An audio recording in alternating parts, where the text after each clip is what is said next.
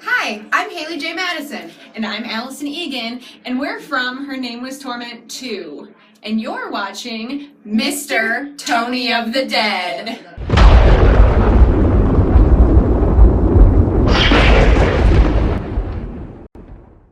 Hey everybody, what's going on? Mr. Tony of the Dead here, and I have another movie review for everybody out there.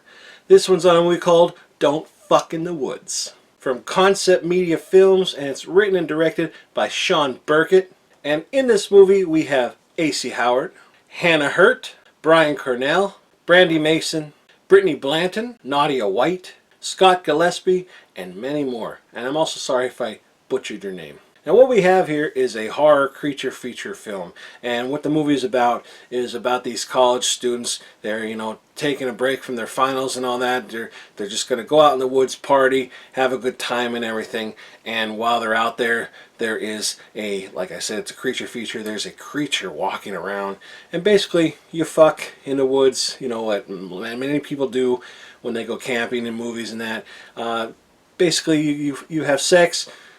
You're gonna die, pretty much. That's like one of the golden rules. No sex in a horror movie or you're gonna die. Well, a lot of people don't listen to that rule, apparently. They don't know they're in a horror movie. But people have sex and they die. This movie had a great cast to it. I really liked everybody in this movie. There were some people that didn't really have too many lines or anything, but yet they were still likable characters, and the people that were the main characters in this were, a lot of fun. They had a lot of... It's kind of a comedy in a way too. They had a lot of good lines in this movie. Made me laugh a bunch of times. Just the reactions on their faces, the way they did the lines, and like the kind of inappropriate things that were said. It's my kind of humor, I guess. It really made me laugh a lot.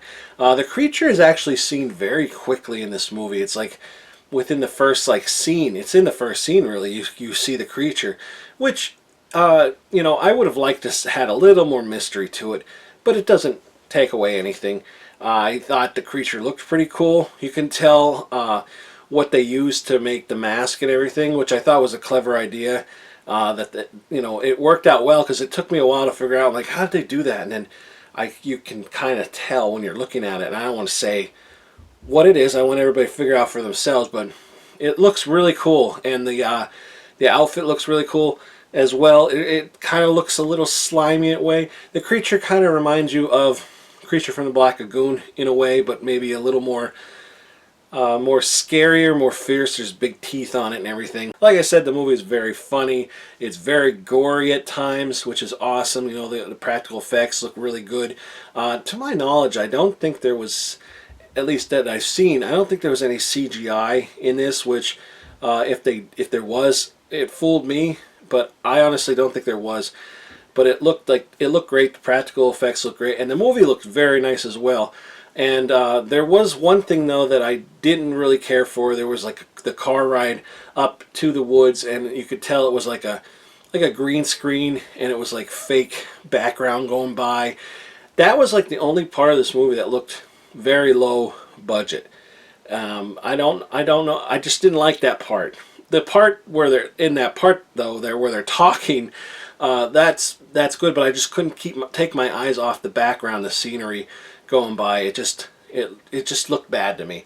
That was probably the worst part of the movie, to be honest, in my mind. Now I've only ever seen two other movies from Sean, and that was The Sleeping Soul and Bludgeon. And those are a little more serious type of movies. They're a little more lower budget. They're a little more grittier. This one's cleaned up very nicely.